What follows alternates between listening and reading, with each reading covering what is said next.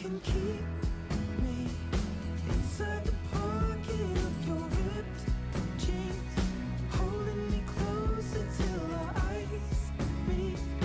You won't ever be alone. And if you hurt me, that's okay, baby. Only words bleed inside the pages.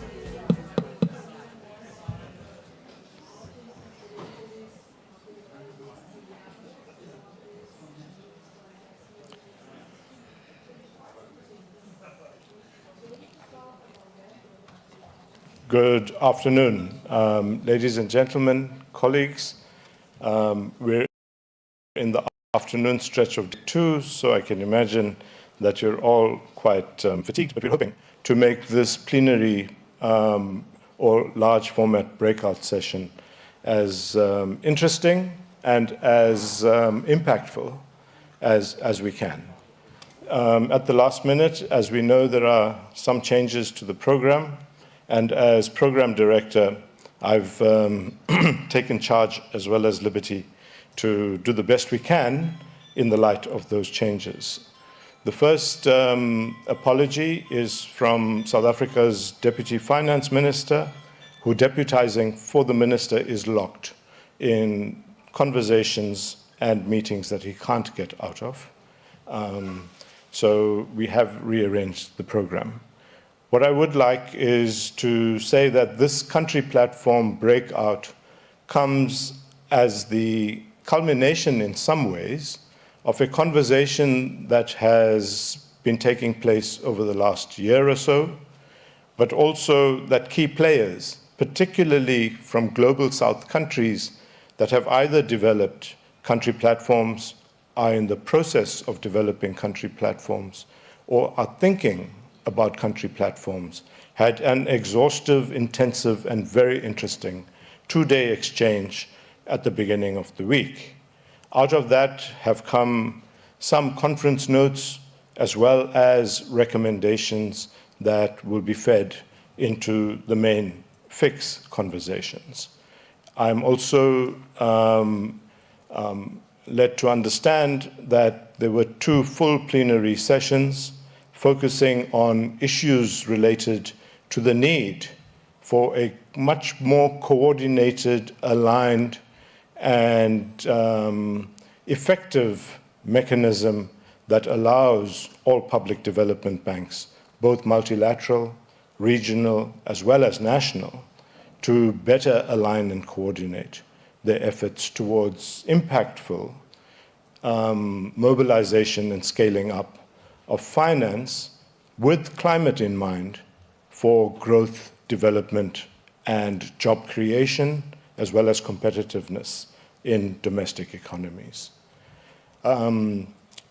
Today's program, to run through it very briefly, will be 2 opening addresses, one of them by none other than Simon Steele, who, as we all know, is the Executive Secretary of the UNFCCC, who will present us from his perspective what the challenges have been thus far, what the challenges are in the current context, not only for multilateralism, but also for the challenges that we face in making sure that on the road from Baku to Belém, we move forward rather than backward.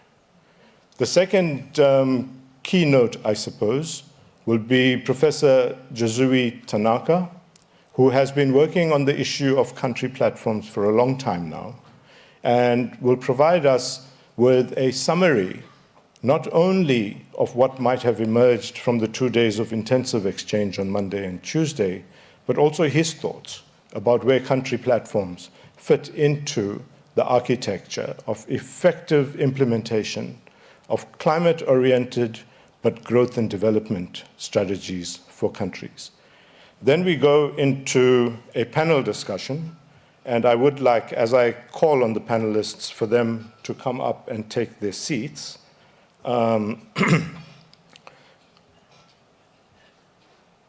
Firstly, if I can call on Junaid Kamal Ahmed, the Executive VP of Operations at MIGA. Please come up, Junaid. Second, and I hope she's here, Catherine Kaufman, a recently appointed director at the Green Climate Fund responsible for Africa. Ben Wiseman, Executive Director for Capital Mobilization at GFANZ. That's the Glasgow Finance Alliance for Net Zero. Zeph Kivungi, previously with GIAP, now Africa Climate Director at the Children's Investment Fund Foundation.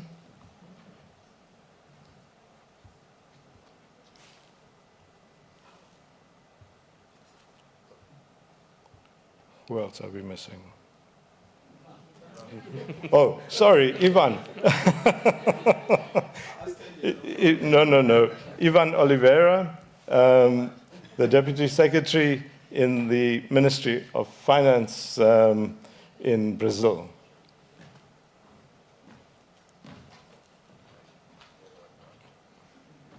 That's not too bad. We have one either no-show or will arrive a little late. Without much further ado, I would like to call on Simon Steele to give us the context in which we are elaborating country-level plans for effective climate growth and employment and competitiveness strategies. Simon.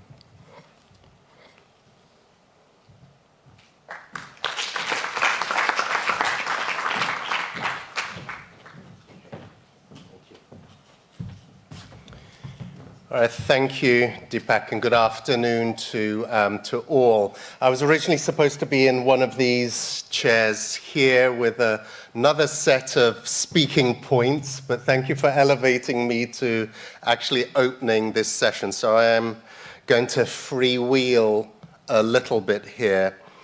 But in terms of framing where we are, not just this year, but the period ahead of us, I think can be best described as big challenges, but also big opportunities. And those challenges start with the geopolitics. As we enter every year for another COP preparation session, we always say that the geopolitical headwinds have never been as challenging. But I think as we've left 2024 and we are entering now 2025, and we're entering this at real pace, I think it's fair to say, as we look at where we are and where the headwinds are, I don't think they've been as challenging and as complicated as we're seeing in this current period, where we are seeing fundamental principles, whether it is challenges to the science, whether it is challenges to the entire multilateral system, then part of our focus and our actions as we move forward is how do we preserve and protect those, but at the same time making progress on closing the ambition and implementation gap that exists. So how do we deal with those headwinds? How do we make progress? And that is basically the challenge that is in front of us. But then when we speak of big opportunities and we reflect on where we are, where we have come from, we are in a very, very different place today, Paris plus 10 years on from the Paris Agreement, than where we were before that.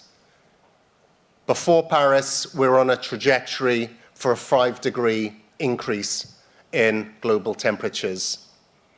10 years on, we are somewhere in the range of 3 degrees, still far higher than the 1.5 that we need to be headed. But the key message there is progress, real progress, is being made, albeit with a long way still to go.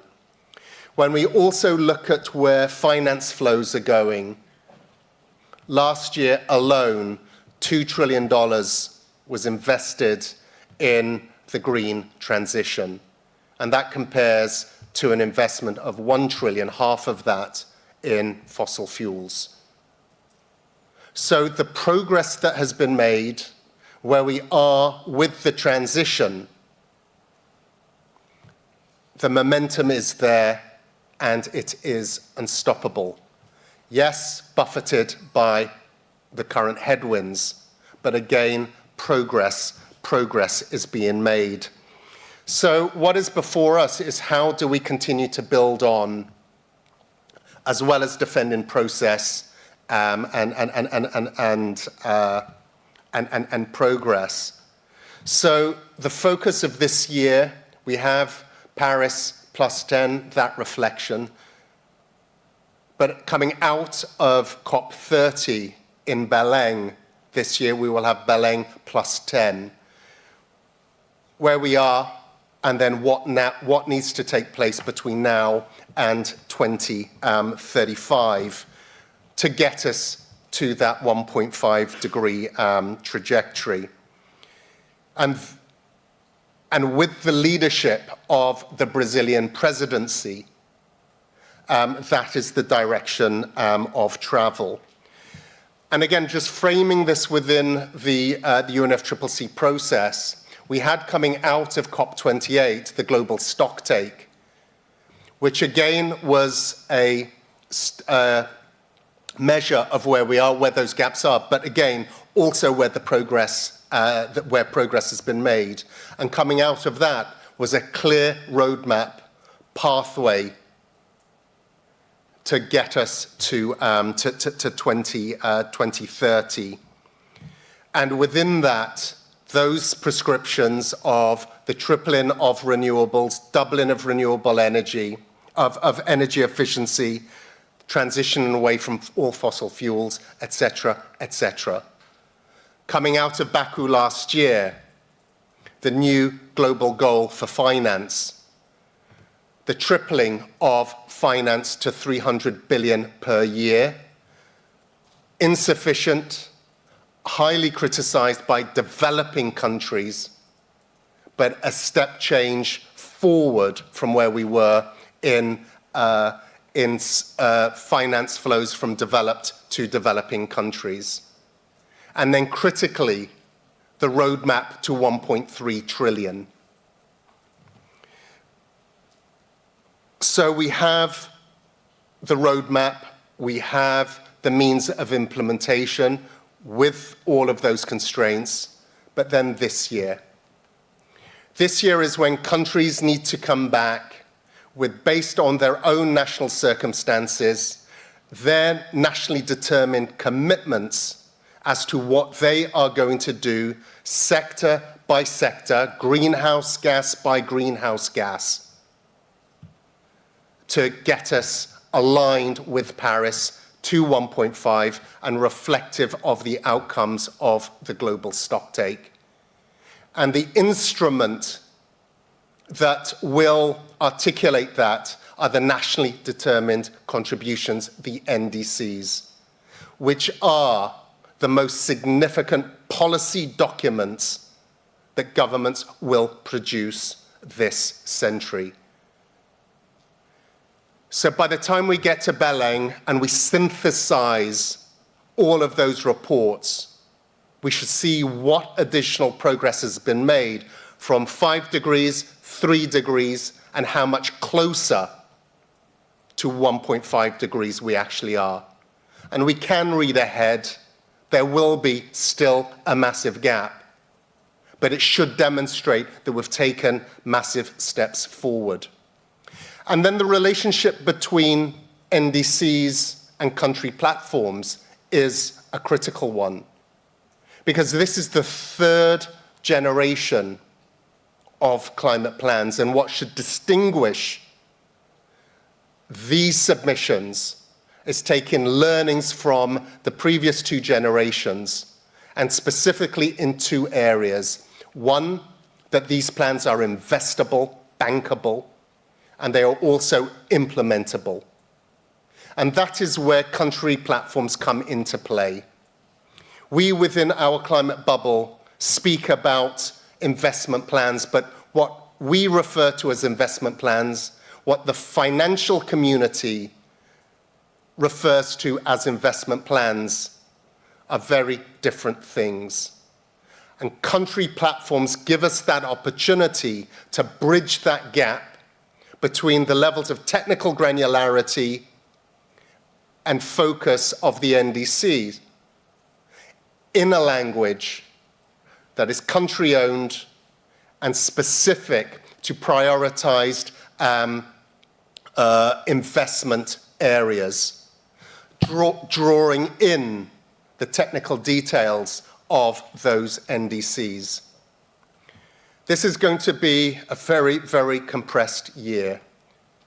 To date, we have received 16 NDCs, some of which are pointing to the gold standard that is required.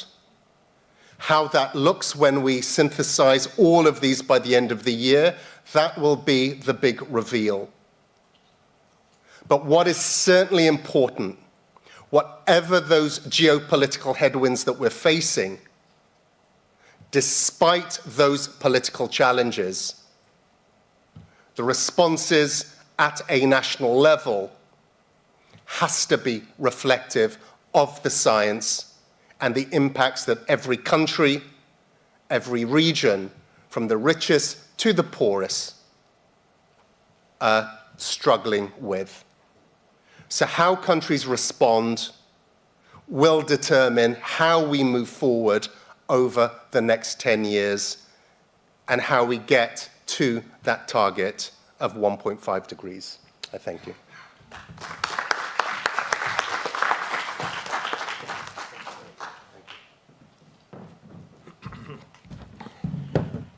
Thank you, Simon, for sketching the context in which we have this more elaborated conversation on country platforms.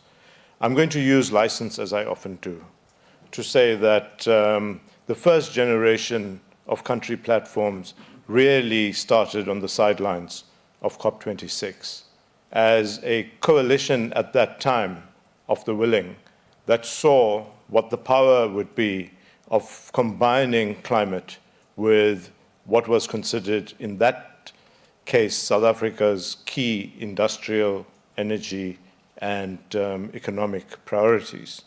Of course, the first generation of country platforms have been the basis on which we have learned a number of lessons. Amongst them, I would say, is the need to ensure that in our decarbonization objectives, we need to have them firmly grounded, firstly in country reality and priorities, but secondly, we need to conceptualize the means of implementation, both financial and non-financial, to be able to achieve at that time the objectives that were contained in the political declaration between the parties on the sidelines of COP26. And there are many, many lessons to be learned. We know that having started out on that journey, we have taken the better part of 3 years to understand what the implications of making these commitments look like. But at the same time, we also understand that there's a degree, and I'm being generous here, of unfitness for purpose for the with respect to the financial packages that were offered at that time. And these are lessons that went into the generation 2 of country platforms, which we will explore, especially through Ivan and the Brazilian experience as we undertake the conversation. We have also learned that a number of countries are considering, as well as already in the planning stages, to elaborate their own country platforms through designing those strategies that are relevant to their country's specific needs and developmental and climate goals. I want to call on Jozui now to sketch for us some of the issues related to country platforms, maybe even go into this question of what are country platforms. I think, as I was saying, I think to Ben, we don't want to be the 11 blind people that went into the forest, came across this elephant, and on emerging from the forest, described very, very different things. Jozui.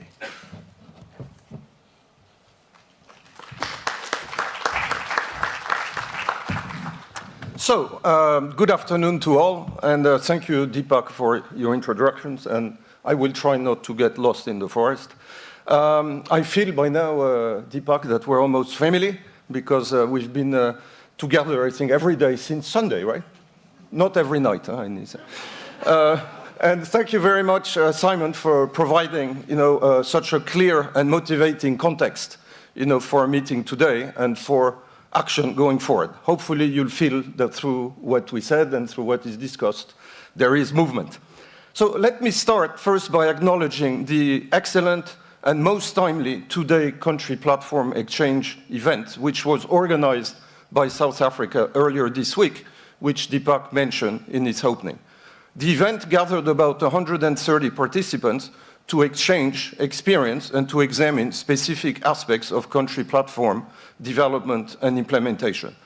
It was particularly meaningful, I think, to all who attended, that this was being held here in South Africa, given the experience of your country with its JETP. So the way I would put it, not only theory, but practice. The exchange allowed to clearly identify the contribution which country platforms can make as an instrument. So this is a bit the list of the potential, what could they do? So country platforms can be an instrument to achieve country priority sustainable development priorities, to build local capacity and an inclusive process, to scale up sustainable development action and finance to the levels, or at least closer to the levels that are needed, to mobilize different sources of finance from both public and private sectors, and address in this context the cost of capital issues, which maybe you will discuss later, and to integrate policy and investment. Finally, and I say this because we are in a FIX, right, the summit with the national development banks, that country platforms can also be an instrument for coordination among financing sources, such as MDBs and NDBs. So while each country platform has to take into account its local country context, some principles, I would say, have emerged. And perhaps Ivan will cover this, but work under the Brazilian G20 presidency identified 3 such core principles, which include country ownership and drive, flexibility to adjust to local needs and circumstances, and connectivity, in particular with financing sources. As highlighted during the recent country platform exchange, we're now moving to a new generation of country platforms, building on the experience which has been acquired in the current JETPs. The new generation, as we like to call him, aims to address a range of climate issues in addition to the energy transition, because JETP, right, just energy transition, is just focusing on a very important, but in a way limited thing. So adaptation is something that we need to see how to use this instrument for that objective. Nature is also something that we need to be able to develop through this.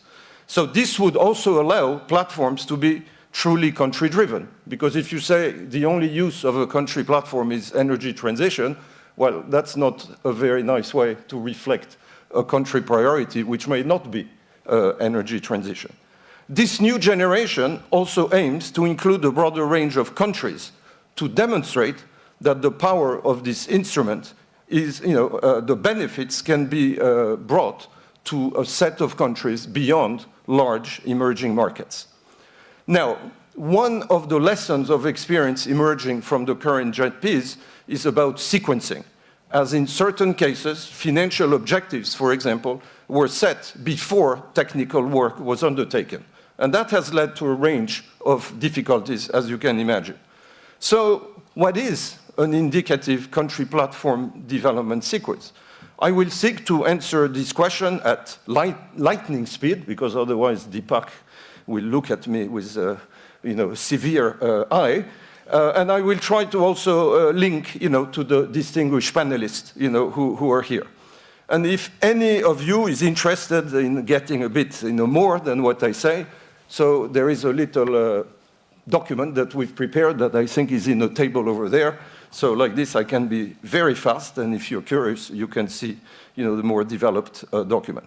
So stage one has to be initial country engagement, including the definition of priority goals by the country, of an institutional structure to develop the platform, and the outlining of investment requirements.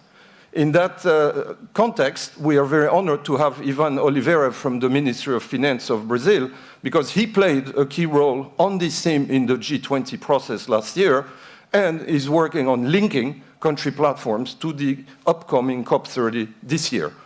Also, Yusuf Hussein, he's not here actually, so I shouldn't. And also, I would say another element that's important here is philanthropy, because philanthropy is very well positioned at this stage to support, countries in this initial engagement phase. So in this sense, great to have Zef Kivungi on the panel. So if we move then to the second stage is program readiness. That's where you set, a strong base, as strong as possible, to underpin the platform in terms of policy, political agreement, economic modeling, looking at fiscal and debt aspects, and stakeholder identification and engagement. So that's where, you have, a lot of the homework to set, the country platform. Now, the third stage is investment programming, because to a large extent, what is the objective of a country platform is that systemic impact, but also the mobilization of finance.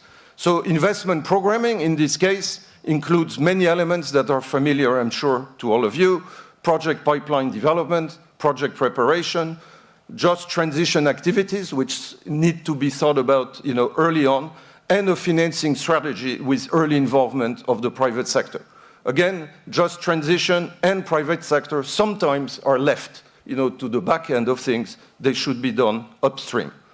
The fourth stage in financing is really the mobilization then of public and private finance. That's one of the key objectives, to build the capital stack that will support the implementation of the platform.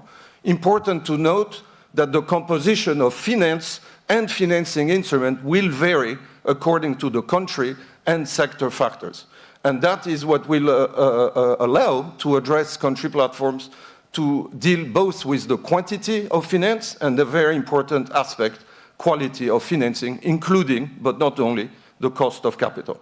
So in that sense, having Junaid here, from MIGA and the World Bank Group, and Ben Weisman from the GFANZ with its private sector view is very relevant. And the fifth stage is the one that I often say is the forgotten stage, is implementation.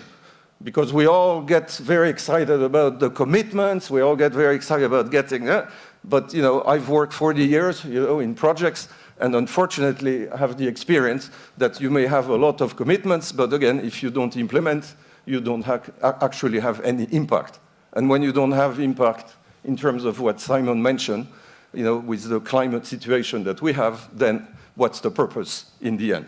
So here, this is the stage where you have disbursements are made, projects are implemented on the ground, political alignment and support needs to be sustained, and where ultimately impact is achieved.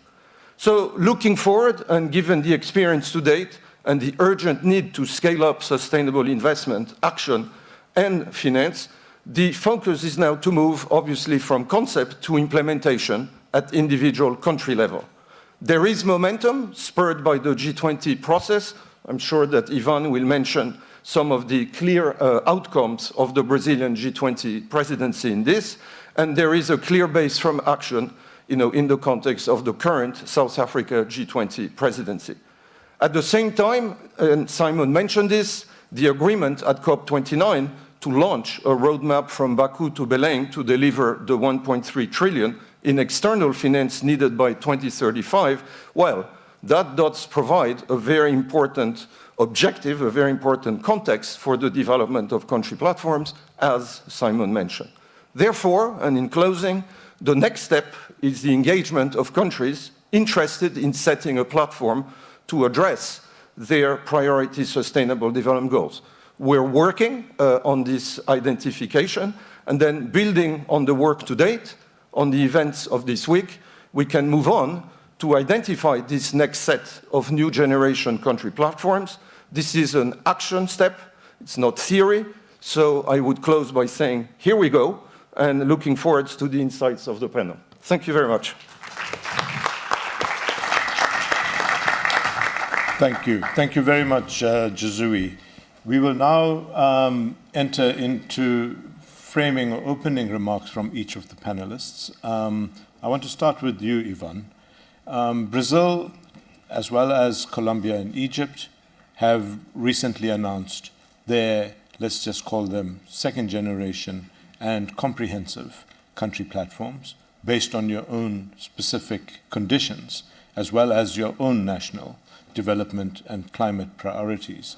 It would be quite useful, Ivan, if you explained the road to your country platform, challenges you experienced, and how, in this very complex world where we know, for example, that ODA and grant components are likely going to shrink in the foreseeable future, what is your thinking with respect to what kind of alignment, coherence, and harmonization needs to happen in the financial sector in order to give practical effect to your country platform?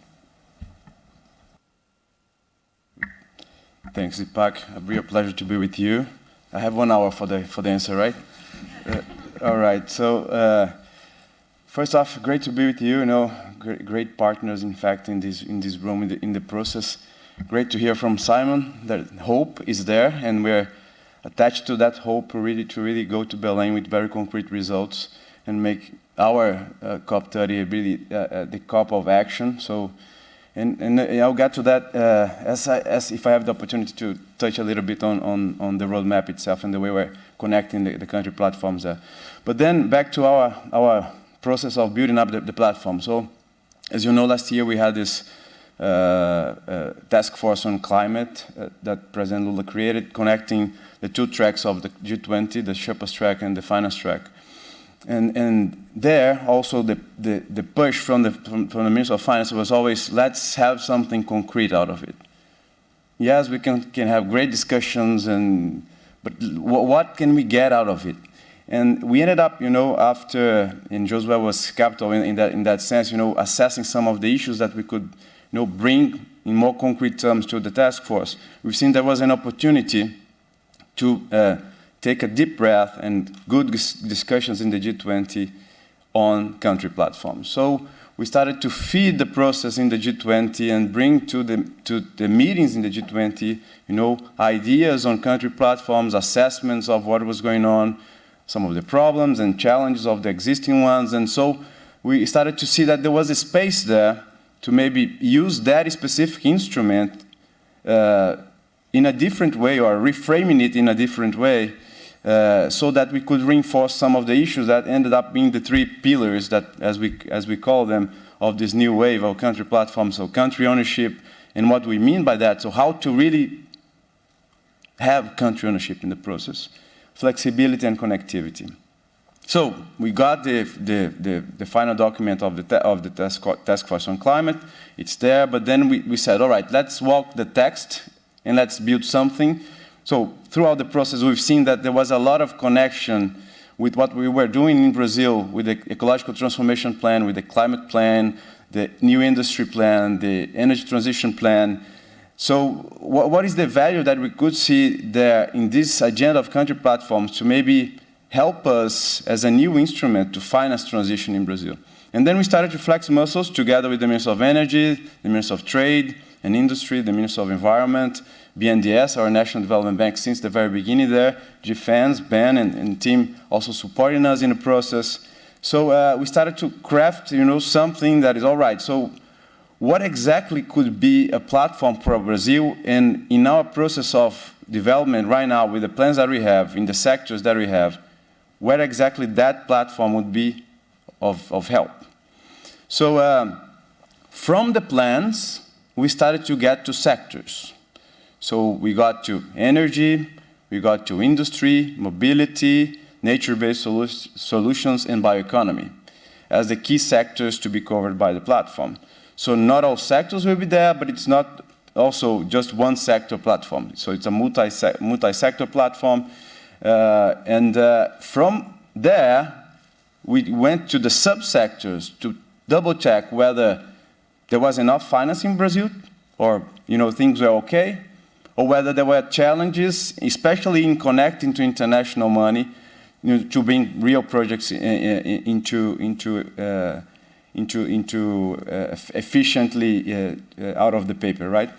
So, and then we got to subsectors. So if you go now to our webpage and you see the subsectors that are there, they were really, there was a process of coordination and with the ministries in order to get to those subsectors.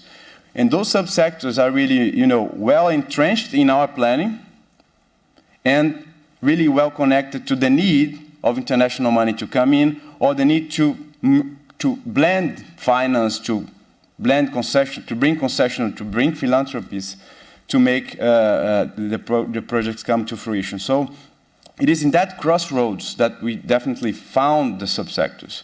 So the first thing that you can see in our country platform is that there is no easy project there. All easy projects are not there. We only have the difficult ones.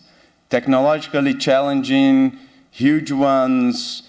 Nature is there, very important for Brazil, as we know, not very easy, especially to bring the private sector to finance nature issues. So, and that's I'd say one interesting part of the process. So, challenging projects, important projects, well connected to our planning and well connected to the need to use the connectivity pillar of the roadmap to really bring all investors and the key stakeholders, MDBs, National Development Bank, as it is the case in BNDES, the Green Climate Fund, and the others, to finance those projects. So now we have 9 projects in the platform, more than $12 billion in total, where, so key projects that will help us out, for example, and that's a good thing also in the process of the country ownership, I'd say, Deepak. And as you see, so it's entrenched in our planning, and we selected the sectors and subsectors, so that's what we are meaning by country ownership. So we decided that it's there for a reason that Brazil understands that is quite critical, and the partners, banks, defense, and others helping us in the process. But that's a real process. But it also, there is a value in that it's feeding back to the policy world on maybe changes we need to have. For some projects, we may find that there is a need to change policies in order to make things smoother so that you can have more projects in that direction. But also, for example, quite straightforward, in our agenda with the GCF, we're going to use the platform to build up our country program with the GCF. So that's why, also in quite an innovative way, we took the money out of the GCF. There was a great partner in the process of building up of the platform. Our readiness program is being used to finance the secretariat of the platform.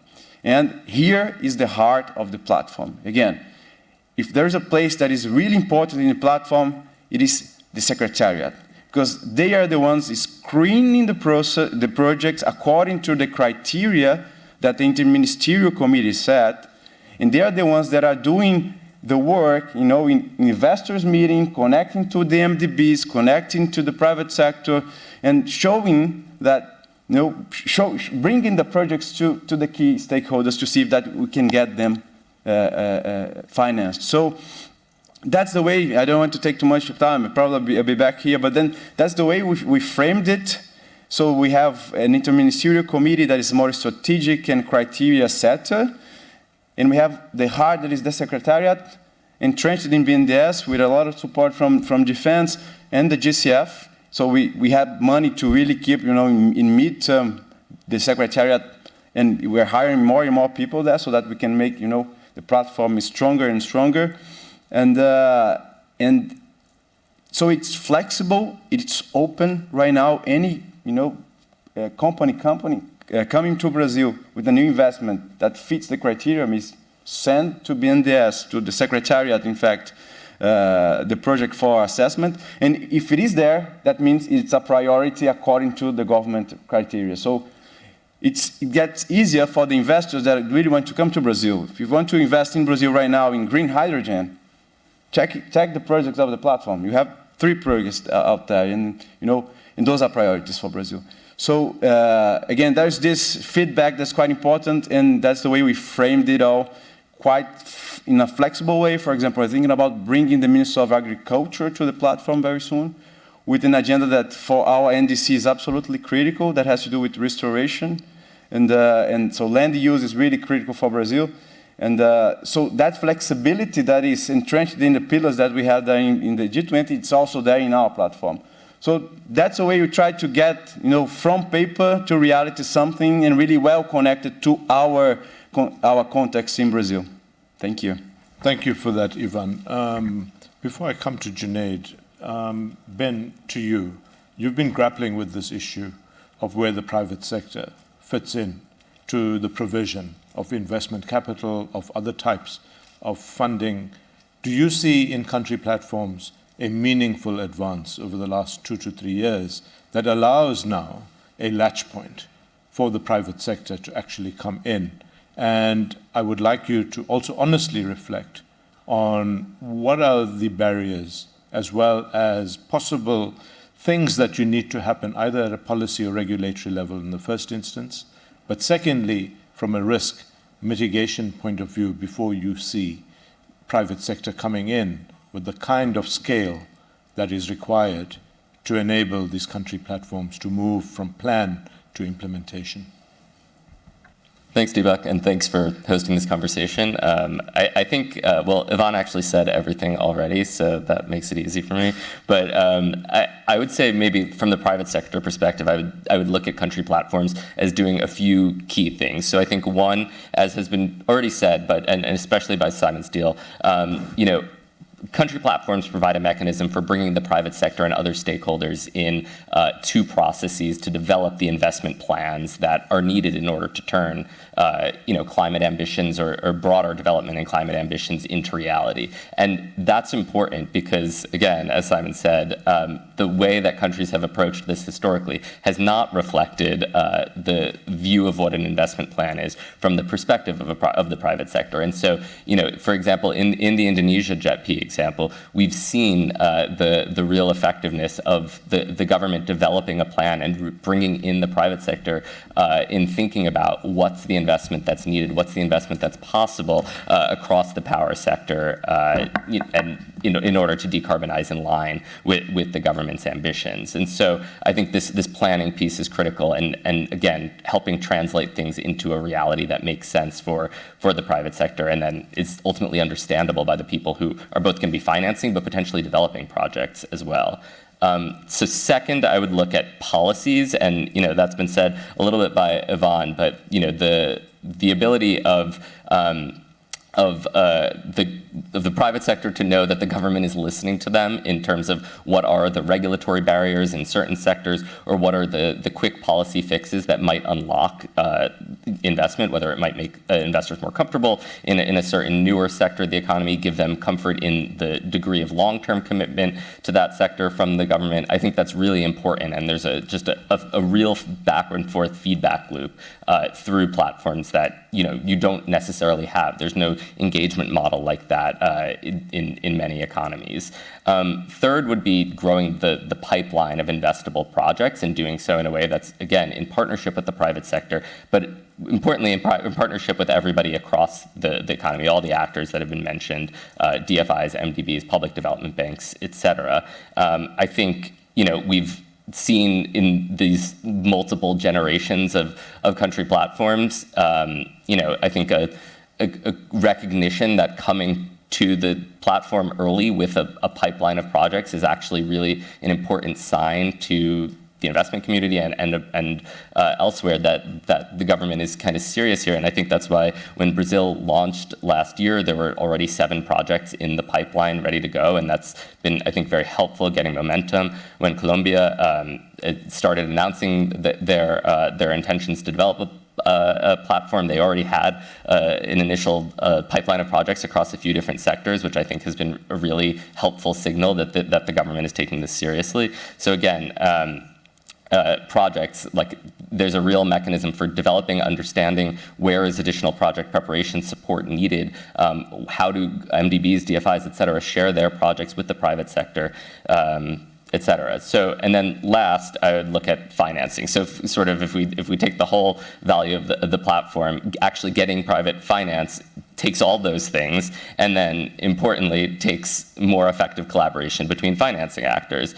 I think, the real value of a platform, Yvonne said it's in Brazil's case, we're only looking at the hardest projects, or the ones that aren't naturally getting financing on their own, particularly from abroad, but really even domestically. And how do we match those with the right mix of financing that's needed? I think that's important on a project by project level, but I think looking holistically across the program, if you will, if we're thinking about this in terms of a programmatic approach, and allowing all the different actors, whether it's MDBs, DFIs, private local investors, private local banks, and then international investors and banks as well, and really trying to figure out from the perspective of all these actors, what is ultimately financeable by whom, and what is actually going to take to get certain things over the line, whether that's a guarantee or whether that's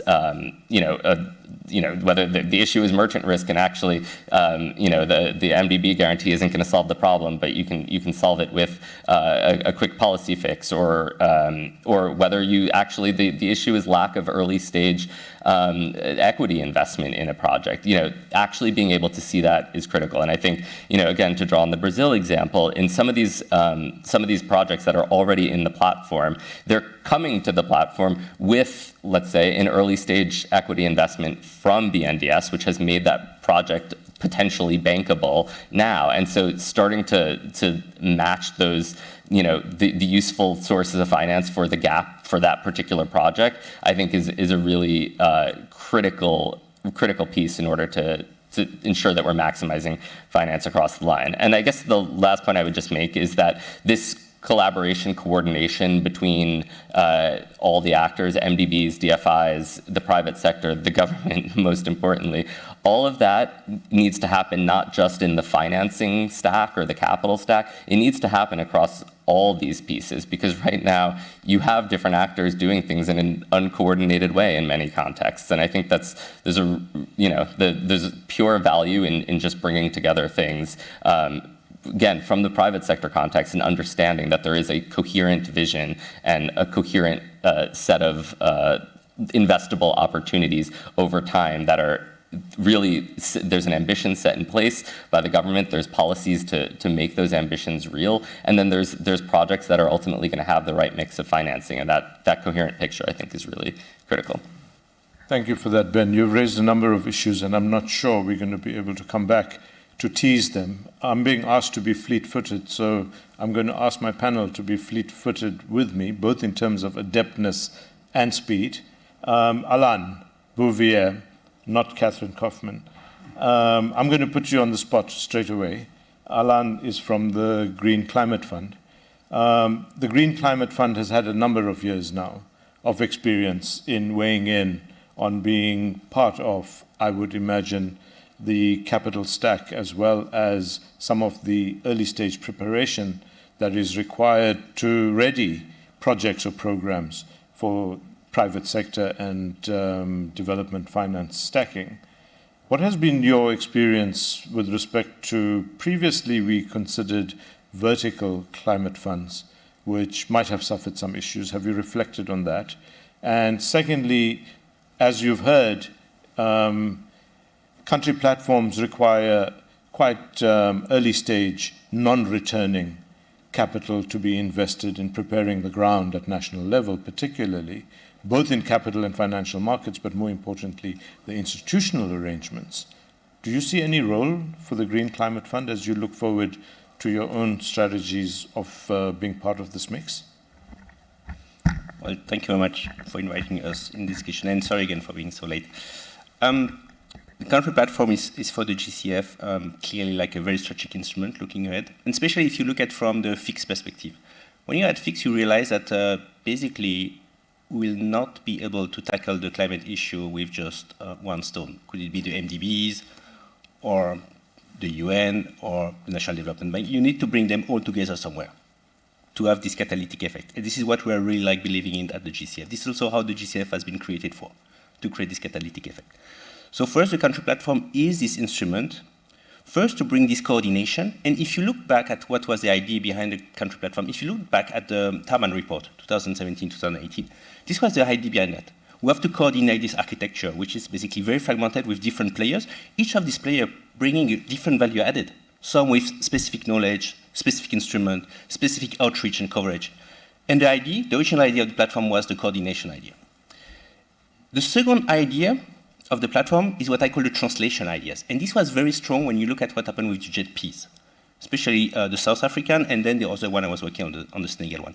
The translation between the political ambition, let's assume reducing the emission by 40% till 2030, and how you translate that in a tangible pipeline of policy and project.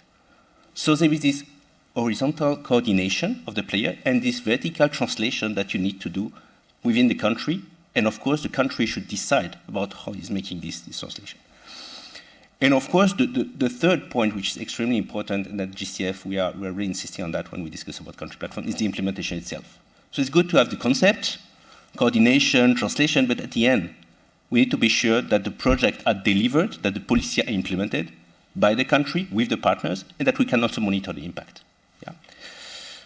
Now, when you look at that, is of course how you make it happen. And I really appreciate the document that Josue was working on, and actually we were also very much discussing that, because we very share this view that within the platform, of course, it should be first country-led. And I think this is also what we are trying to push with the GCF. Not saying that the GCF people should sit in secretariat or in the platform, should be like people from the country, as a Minister of Finance, Minister of Environment, or local development bank that we have seen in Brazil. And how basically you start the engine with the capacity building. We see many, many countries at the GCF coming to us saying we need a platform because we just don't have the resource for that. Like, you look at like SEED's country, sometimes there are only like 2 people who need to deal like with like 30 different partners, and the World Bank, the EBRD, and whatever also UN agencies, and they just need the first steps, capacity building, to be able to deal with all the projects. And then the second point, in terms of principle, is of course the programming aspect. And you know that Mafalda, our executive director, is pushing a lot so that we're moving away from a one step-by-step, project-by-project approach, and that we may move to like a programmatic approach. So this is your target, how you deploy basically the full program and the full pipeline project. And linked to that, you have, of course, the policy dialogue and the financial engineering. Now, why the GCF could be the right partner to deploy this platform? First, because we have the money for that. We have what we call the readiness program. This is an envelope of grant, 500 million. This is the largest climate-dedicated envelope for capacity building. With this money, we can establish secretariat for platform. We can basically finance capacity building. And with the other envelope that we have, the PPF, the Project Preparation Facility, we can also help basically building up the pipeline. And at a later stage, with our money, we can also co-finance the implementation of projects. This is the first point. The second point, where GCF is maybe very specific, is that we are an honest broker. We can work basically with 140 implementing partners. We can work with large MDBs. We can work with UN agencies. We can work with National and Public Development Bank. We can work with local authorities, with local NGOs. So basically, we don't have a biased agenda, wanting to push this or this project. We can work in any kind of sector where basically we have a positive climate impact in terms of mitigation and adaptation. Yeah. And the third point, of course, is what we have been doing, supporting the development and the implementation of the Brazilian platform. As of today, honestly, if you look backwards, I mean, the JETP, this was the first experiment. successful but also very challenging. The Brazilian platform is maybe the new generation of platform.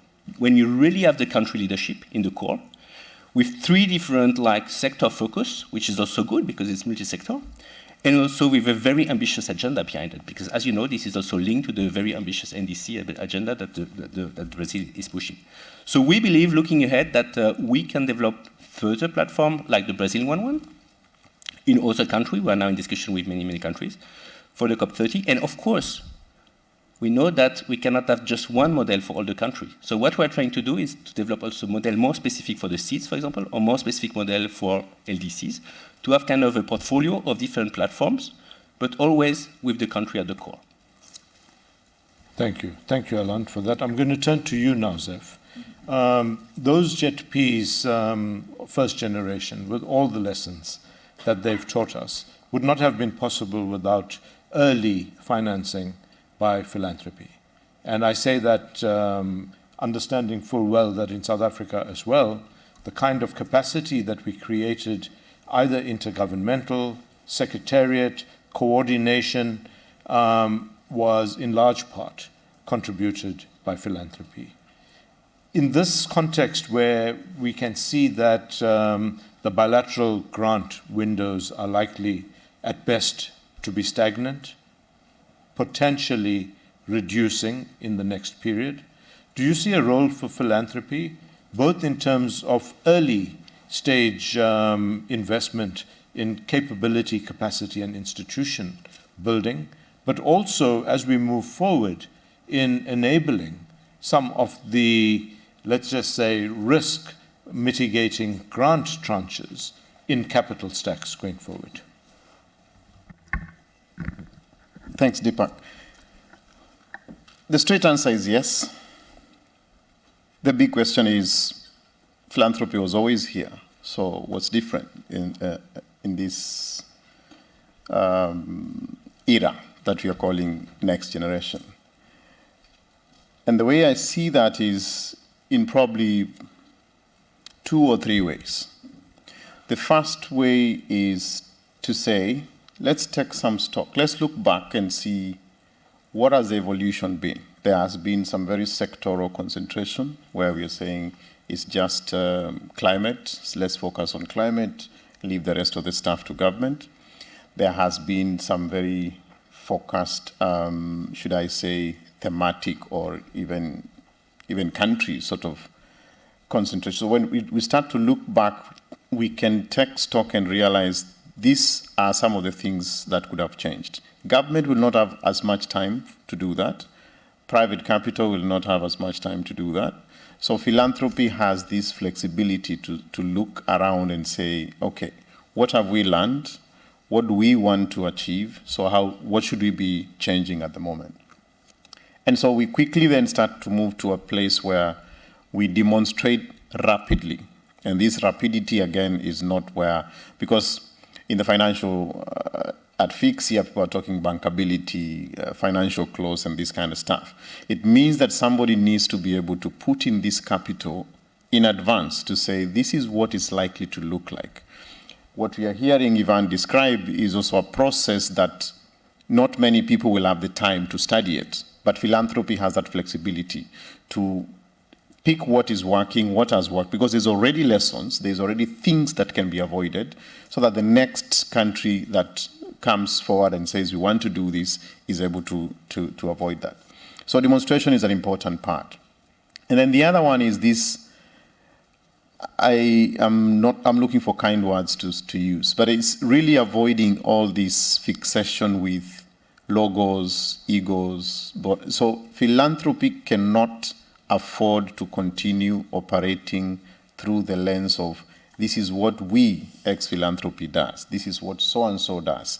It has to be one. When I hear GCF and all the progress GCF has made, there should be no reason why the philanthropic world should not see how to actually catalyze this GCF money to come into countries, because we are aiming at the same thing. It can't be this is a GCF initiative, this is a CIF initiative, this is a Rockefeller initiative. It has to be, what are we aiming at?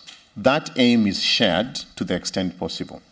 And so we then start to say, because of that, there are certain things that tend to be ignored. When you listen to UNFCCC speak, they will have a lot of climate lingo. When you listen to CIF speak, they will have a lot of children lingo.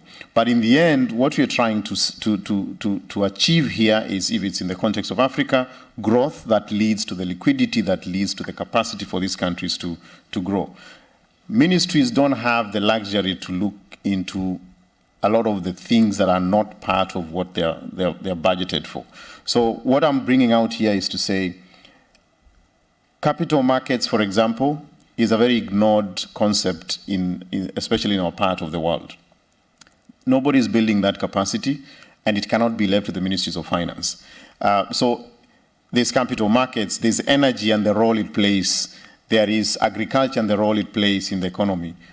Once we keep it compartmentalized that way, we'll end up either with very thematic country platforms or what I would say dysfunctional next generation platforms. So philanthropy needs to speak in unison. They need to aim at the goal rather than what they want to achieve from whatever they have been given to have. And then we will start to demonstrate quickly. And out of that demonstration, countries will start to say, oh, okay, so we can actually deliver this next generation and not be cherry-picked. Thank you. Thank you for that, Zef. Junaid, I've left you for the last, quite deliberately, because in some ways what we're dealing with here is a complexity of requirements by various players, whether they be financial or non-financial, in ensuring that we have the kind of structural harmony, firstly between ourselves and then secondly amongst ourselves, to ensure that we find a mechanism or mechanisms through which we can unleash, and I use that word guardedly, the available pools of capital that are there. And I don't think there's anyone who said that finance is not available. It just hasn't been able to be packaged in a way for purposeful intent that allows it to flow, to aggregate, to scale up, and then to deliver the outcome that we desire out of that finance. What are your thoughts?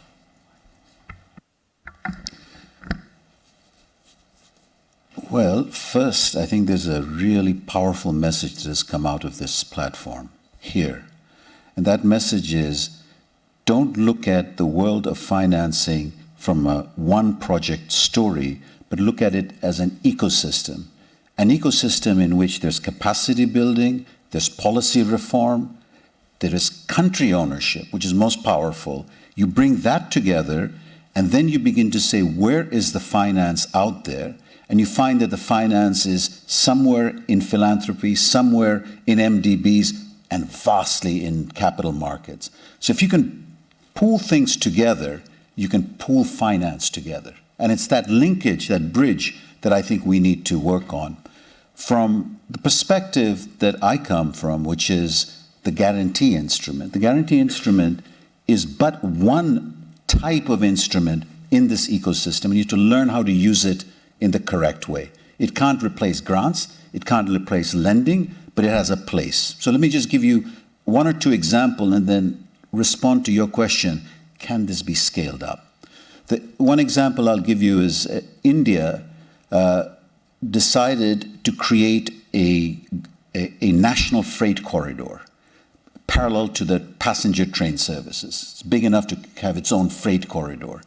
So it started from scratch. You had to acquire land, it to bring in technology, et cetera, from ground zero. It reached out to the World Bank, and for 7 years, it borrowed from the World Bank up to $2 billion to build the system. And then it decided that it wanted to go and scale up. At that point, the country decided that it would no longer go to the MDBs to borrow, but to see whether it could go to the MDBs to use a guarantee instrument to access capital markets. And here it could do so because it had gone past the greenfield risk. Using the lending instrument, now it could go into the capital markets. But the company that actually created the corridor would be going to the markets for the first time. So the markets were hesitant. It would charge quite a bit, but using the de-risking instrument, we were able to get 15-year tenor at rates that were almost comparable to IBRD lending, right? But you had to cross the greenfield risk and you sequence the instruments correctly. Similarly, we have in Africa, in Nigeria, it was very interesting. You had the grid that was created, but the last mile connectivity, the country decided that it would bring in private players to connect the grid to the communities and to businesses. And what they did was they mixed a little bit of grant from philanthropy and put it in stack with guarantee, and that brought in capital markets. And people say in provinces, right? And again, it was part of a profile that was put on the table, in the right moment to use the guarantee to bring in capital. And what was it guaranteeing against? Not commercial risk. If you as a company made a choice and goofed, that's your business. It's the political risk, it's the regulatory uncertainty, it's the policy uncertainty against which you're using the guarantee instrument to draw in the capital market.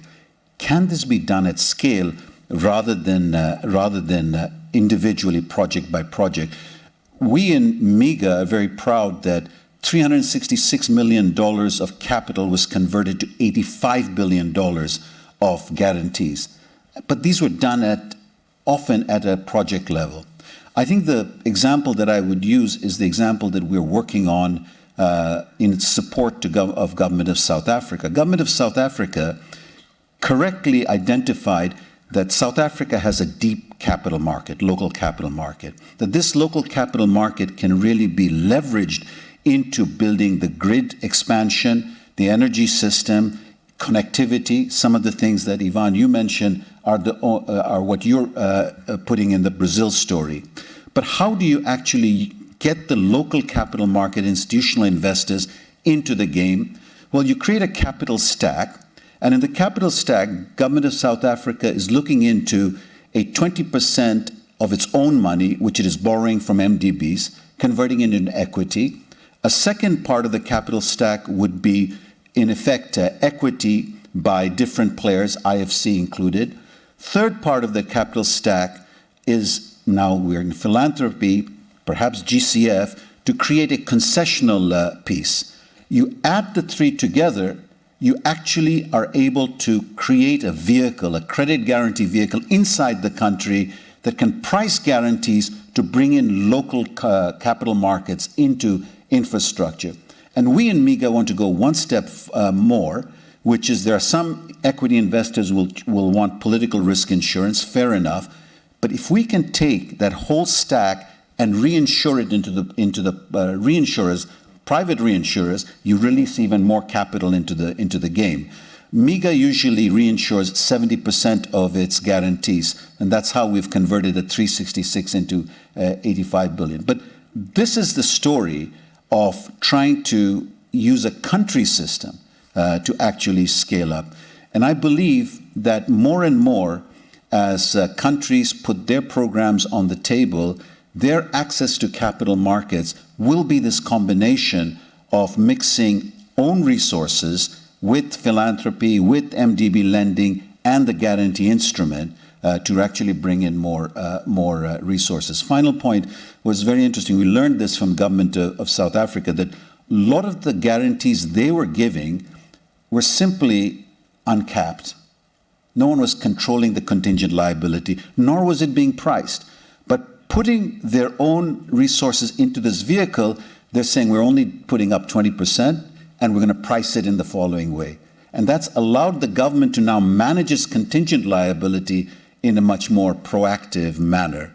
So we're really hoping that what the government is putting forward as the instrument, which, by the way, is part of their own national program and therefore part of their own country program, country platform, will create examples for other countries. But each country, there'll be a specific mechanism that will evolve. Brazil evolves its own mechanism. Mexico evolves its own mechanism. My own country, Bangladesh, has used guarantees in different ways. The vehicles will be different, but the principles will be there. Thank you. Thank you for that, Junaid. And as usual, when we get into the depth of the conversation, we find that time runs out. And so And so I'm going to start with you, Ben, and just come linearly down the road. 1 minute of wise words, conclusions, your perspective. Can we do this? Do this. Okay. I think, a lot has been said about country ownership. I think that it means a lot in practice. And I think having the government not just at the table, but setting the priorities, again, and going back to what I was saying earlier, in such a way that it is convincing to the private sector, that they understand that they can come to the government explaining what their policy barriers are and working together towards a solution. Similarly, ensuring that investment priorities of the government are in line with investment priorities that are put forward by the private sector. I think that's a lot of the value there. And then I think a lot has been said about specific financing solutions. I think all of these are necessary. Honestly, it's going to be very different country by country. We've heard just the difference between South Africa and Brazil in terms of what kind of financing is actually needed. But I think there's an opportunity and a lot of willingness from all the players here, but I think all the players who are participating in country platforms and elsewhere to actually do those things. So, yes. Thank you for that conviction. Alan. Well, in my case, I would just look at the figures that were defined at the COP29, 300 billion, 1.3 trillion. And from our understanding, the country platform is probably the best tool, first to bring all the partners together around one place with one goal, and to have the synergies and the catalytic effect that we need to reach these targets. Thank you. Junaid. Deepak, if you just give me an additional minute, as a Bangladeshi, you have to say something, that when our country came into creation in 1971, so from 1971 to 1975, our budgets were created by 6 donors. We never had our own budget. It was until finally government said, hold on, we go the other way around. We create our budget, we have our own resources, now you make a bid as to what you want to help us finance. This fundamental shift of ownership of what a country does is going to be fundamental to accessing capital markets, because capital markets would like to see much greater political certainty of where things are going. The just transition has to be financed by the public sector, and the public sector must own it. The moment you do that, the mechanisms going into the private sector, there are many, and we can go into that world. From an MDB perspective, I think we've entered the world where we're now complementing lending with leveraging, and I think the game of leveraging will begin to dominate.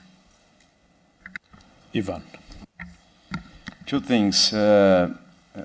Great to be with Junaid here, because this agenda on how guarantees can be part of the solution definitely is going to be quite entrenched in our roadmap from Baku to Belém. So a lot of expertise from IGA will be quite welcome in the process.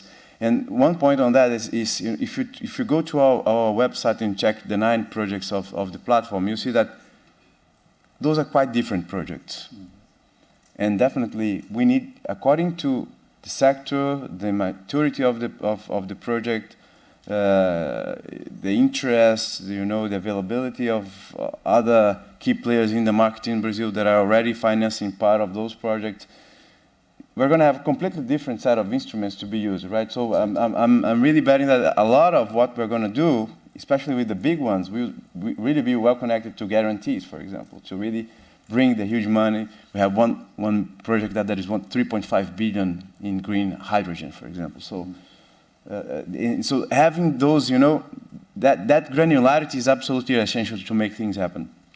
Second thing is, it's important to have this instrument, the platform, well connected to other instruments in the country. And that's exactly what we're trying to do right now in Brazil. So we're connecting the platform to the EcoInvest. There is an instrument launched by Minister Haddad last year that has a blended finance part and an FX risk mitigation part. And we want to get the 2 together so that we can really boost impact. So that connectivity with the context is absolutely important, and the more connected the instruments are, the better they will be to really generate impact according to what we want, right? Thank you.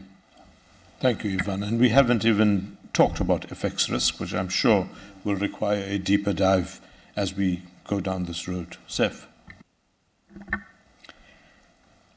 I'll say two things. One is almost an announcement, which is being tired of all this business of people being obsessed in their little corners. I'm willing to stick my neck out and say, it's time we created a facility that allows countries to say, if I'm ready, who is willing to support me? And the part that makes it look like an announcement is we have a country called Tanzania, which is just very short, close from here, that has gone through a very elaborate process that if you are just an observer, you would be very sure they are creating a country platform, but not a single time have they called it so. They are starting to ask, what if we were truly on our own? How would we deal with this? And that's exactly the language you've been discussing here. They want to go deep in their capital markets, local. They want to talk about sustainability financing instruments. They have identified their top sectors and all that. So that's one thing I would say. All the aspects that I've talked about earlier are ready in this one country to go. So rather than us going alone, why don't we find a way as this community that is really keen on doing things differently to come together, establish the mechanisms that are required to get the countries that need to get moving, have that impetus. The second thing is, this is really, again, pretty personal. Africa has these many borders. I probably lost count. It's 54 or 57, depending on who you ask. The disadvantages of Malawi, when you compare them with, let's say, Kenya or DRC, vary because of many things. So there will also be need for us to start thinking about how to create certain advantages when you talk about value chains or economics of large scale and this kind of thing, so that we don't disconnect again, just to say this country was ready, this one never lifted their hand, so we should leave them until they're ready to lift their hands. Thank you, Zeph. A hand, please, to the panelists. No doubt these conversations will continue to the point of practical implementation. I now want to call on Maria Neto, who has the unenviable task of trying to close us out with some key messages and conclusions. Hello? Okay. Can you hear me? Okay. So I think there was a lot of food for thought here. I'm not going to try to repeat everything, but just some reflection. Simon, I think, started with an important message, which is we are here around the G20, the FIX, and we have to link everything that we're bringing from here to the Baku Belém, but even beyond Belém, because Belém, at the end, is about the next 10 years on climate change agenda. So how we bring that to ambitions and implementation. And I think Josué, when then starting about talking about the country platforms, brought this important message of this sequencing of understanding how we go from your point right now on the Tanzania case to move to implementation. And we may need a lot of efforts in now the sequencing, but implementation really is the most important one. No? And Junai talked about ecosystem, and I think this is just a point I wanted to bring that I think is the richness of here and who is here. We actually cannot achieve these country platforms alone. There is the efforts that Ivan mentioned of a country to develop its own priorities, plans, bring different parts of the government together, the public development bank, the private sector, and work together. But there can be also the role of philanthropy, as there was in the case of Brazil, to help to kick off, spark the work.